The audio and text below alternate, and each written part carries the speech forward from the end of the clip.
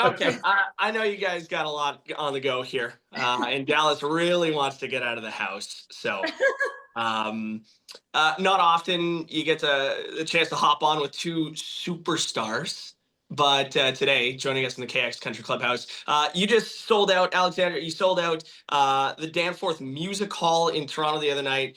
Our other guest needs very little introduction. Dallas Smith, Well, everyone's favorite cool uncle. Lets us stay up late and watch scary movies.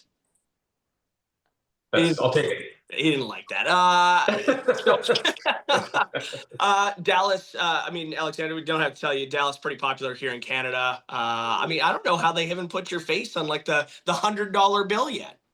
No, thank you, sir. Okay, You all right, should at 20, least have a monument or something. Stop it. Okay. Stop it. Was that your first time in Toronto, Alexander? Was that first stop in? No, that was my third show in My Toronto. goodness. So I actually played I believe it's called the Velvet Underground. Underground. Yeah. Okay. So the first time I ever played, I played Velvet Underground, which if you've been in there, you know it's Yeah. very small, little crusty, you know. And we did that. So we did that, and then the second one I played, oh man, it was like a theater of sorts, it's a really pretty like theater. I wish I knew the name of it, but and then this one. The Opera House. Maybe, I don't maybe, know. yeah. It was like You're basically an honorary Canadian at this point. If that's the yeah. case, you're up here all the time. I mean, I love it there, so I'm cool with it. I do love that you got to experience all the weathers, all the seasons in one day while you were here. Yeah. Did you get a chance to kind of putt around the city and check things out?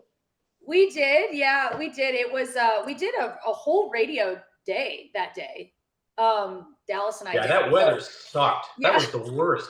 So we were just like flopping around in the snow all day. I'm in like my cute little pink shorty shorts and my big fur coat. Everybody's staring at me like, what is this thing walking towards me in the snow? But yeah, it was fun. I tried to blame it on Dallas, but he said I can't blame the snow on him. I can blame the rain on him because every time we're together, right.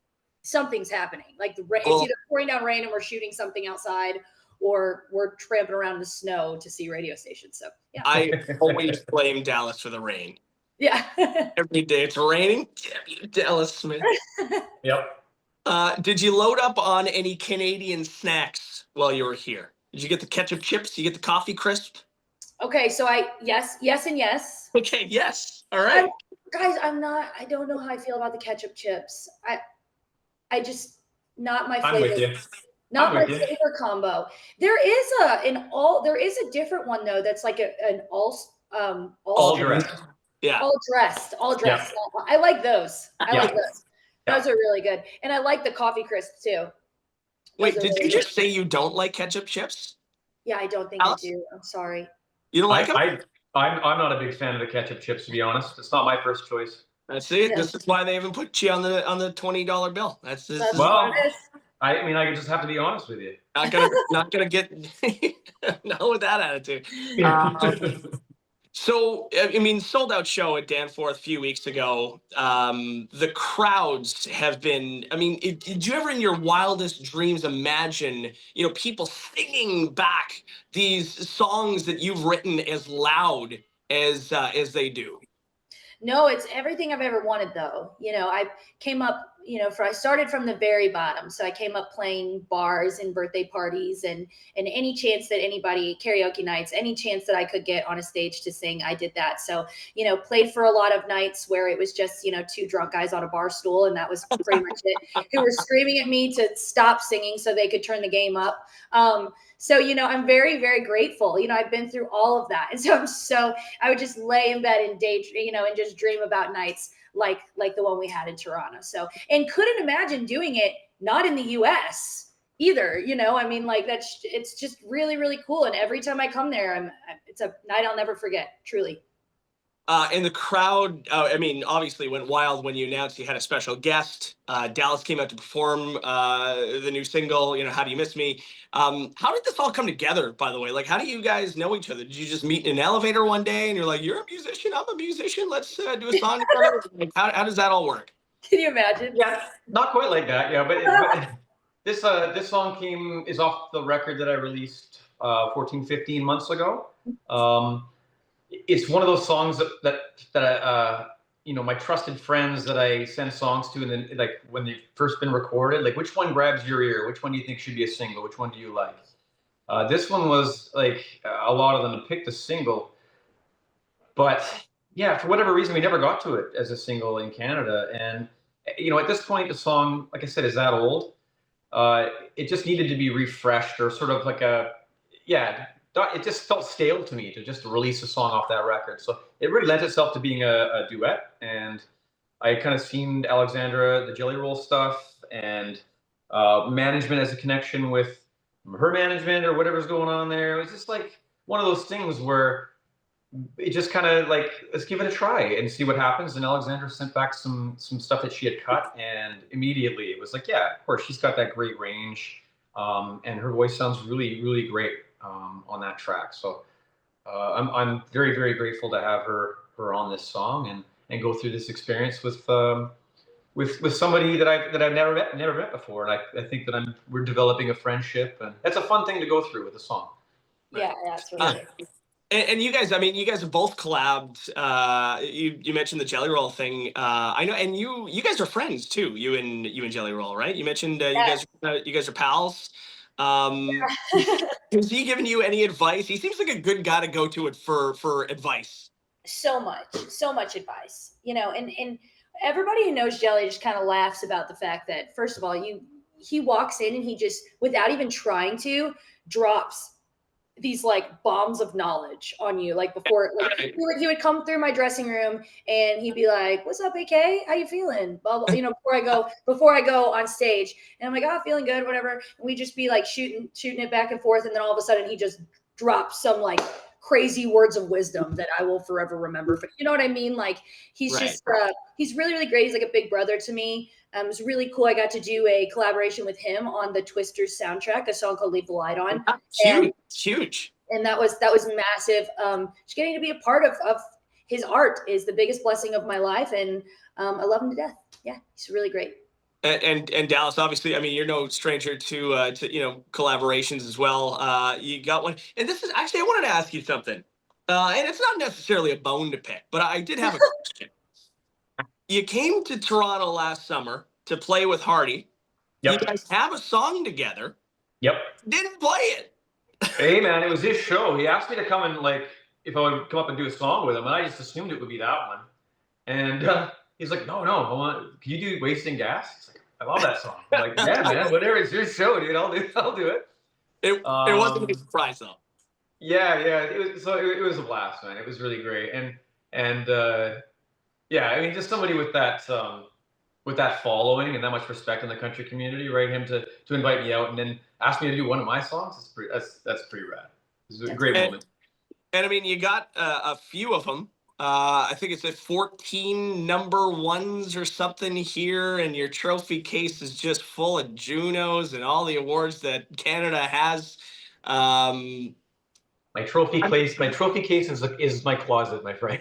I was about to say, where do you keep your awards, Dallas? I don't. One of the things that I've always sworn by was that when I'm at home, I'm dad. Right. And I can't imagine like working for any other company and like having those things in your thing, like Exxon award for this and blah blah blah blah. It's like it's really, really awesome to have, and I will put them somewhere special for me later on. But for right now, I don't want my house to be anything celebratory of an individual's accomplishments. I mean, that's the only thing that should be doing that is just artwork on the fridge, right? So that's kind of how I feel. Right. You are so cool. He is so cool. You are so I'm just dropping that Jelly Roll bombs of knowledge, my friend. Seriously. And I mean, Dallas, you've seen both sides too, because you are on the rock side, you're on the country side. I think, did you just play a gig with Creed? Yeah, we got the invite to do the summer of '99 Creed cruise. So we did that out of Miami. Went over to Nassau and just we got to hang out with Hoobastank, and Big Wreck was there. I'm a huge Ian Thornley fan, so seeing those guys play. Creed obviously, and Seven Dust, all bands that we used to tour with back in the day. It's like a little bit of a high school reunion. That's got to bring back. It's like pretty nostalgic. It was incredible. Brings you right back to the year 2000 when a lot of laughs, man. It was a lot of fun. Frosted tips and wallet chains. Yes. There was none of that. Everybody had grown up and moved on from that point. But okay. Yeah, it was great people watching though. It was. And I don't know that Dallas. I don't know. We've spoken since your Opry debut. By the way, congrats, man. That's it's like such a huge moment. Like, how was that experience for you? Oh, it was amazing. I was fortunate enough to get up and when I did that duet with Terry Clark a bunch of years back, she invited me up to do that with her on the Opry stage. So I had been on there before, but I had never been invited by the Opry. Like, name on the parking stall, signing the book when you come in. Like, there's a whole traditional thing that happens when you do this, and there's a camera crew now that like film you coming in and your experience, and they interview you, and they get pictures from you as a kid. And they make this whole big this asset that you have that you can it just wraps up your it's amazing. It's really really cool. Family and friends were all there that traveled all the way long distances to support me, and it was a different animal for sure. I was extremely nervous, extremely grateful. Like, every emotion you could feel was just on the edge there. It was fun. And Alexandra, in that place, it was crazy. Yeah, you took that stage as well. And like, how does that differ from, I mean, you guys have played thousands of stages. Is that one just a little bit different? Of course it is. Of course. Personally, like, anytime I get to play the Opry, it's like I make a whole moment out of it. You know what I mean? It's not like, and I do, it's not to say it's more important than any other show that we play, right? But it's just, it's stepping into that circle, knowing how many people that you look up to and that have influenced you in your art and have stepped into that circle prior to you and have paved the way for you as an artist, and especially me as a female artist in the business. You just really want to make them proud. And there's just so much, such an aura about that place. I just have such a respect for it, that you want to just go in there and you want to do your best and you want to make country music proud. And so it's an extremely beautiful and spiritual experience every time. Well, congrats to both of you. Like, that's, I mean, you guys are just crushing it. You're both crushing it. Thank you. And I know, we kind of talked about the Canada thing, and I had to bring it up because I know you're a big hockey fan, and you were given a pretty cool gift when you were in town, Alexandra. You were given a hockey jersey. Who was on that jersey? Jordan. What's his last name? Bennington? Yeah. Yeah. Jordan Bennington. You're a Blues fan. I'm a Blues fan, but here's the reason why I stuttered on it, is because there's also like someone named Ty Bennington, and I get their name all the time, and I'm like, oh my gosh, am I saying the right name right now or not? But here's just goes to show you how disconnected I've been from hockey. We have had a lot of hockey conversations on these calls. That's really okay. Yeah, and like, I thought I was original. No. They're just like, who are you rooting for in the playoffs? And I'm just trying to listen to whatever Dallas says. And Dallas is like, well, your Blues are in the playoffs. And I'm like, oh, cool. Well, then go Blues. I didn't even know they were in the playoffs. Yeah, Dallas, who are you rooting for in the playoffs? Because I see the Blues are in, the Leafs are in. Just trying to find hold on, let me check my notes here. Trying to find the Canucks. No, not on there. Well, your team's your core is about to be blown up after your first round exit from the Ottawa Senators, my friend. Brady Tkachuk is going to be a thorn in your side, and I can't wait for it. I mean, honestly, it sucks. At least Calgary missed, so we're not the only Canadian team that didn't make it. But we had a lot of injuries and blah blah blah. Excuse me. Anyways, I think I want Winnipeg. Winnipeg's been given the back end of this deal for a while. They were blocked from. I mean, in the 80s, they should have won cups. Like, they had great teams, but they were always blocked by the Oilers. So, and then they lost their team, obviously. Got it back, fortunately. I think they deserve a parade. They do. I'd love to see them win the cup. And I mean, we may not have we may not agree on our choice of hockey teams, but we can agree that Bennington is one of ours, and Canada beat the U.S. the Four Nations. So Yeah, exactly. we're on the same side when it comes to that one. You guys, thank you so much for doing this. You're both amazing. I love the way your voices sound on this new single, and keep on keeping on. Like it's. I mean, what was the best stop? One last question. What's been the best stop? The Canadian stop? Just say Toronto. Say Toronto. Say Toronto. Say Toronto. Oh, say Toronto for sure. Okay, perfect. But I thought you would say that. I'm going to say Toronto, but Toronto was a much bigger show, right? Toronto sold out. Like, it was like the first show of the entire tour to sell out, like US and everything. Like, it sold out instantly. But I will say, for the smaller shows, Calgary was insane. Oh, like, yeah? They were buck wild for, for being just like a much smaller, 1,500 people compared to 400 people. Right. They were crazy. But Toronto, yeah, it's a night I'll never forget. It's my third time playing Toronto. We've sold it out every single time. So I'm hoping we continue that streak. But yeah, I love them just as much as they're loving us. So I'm You're an honorary Canadian now, so we might have to put your face on the $100 bill soon. Well, you came to the show, yeah?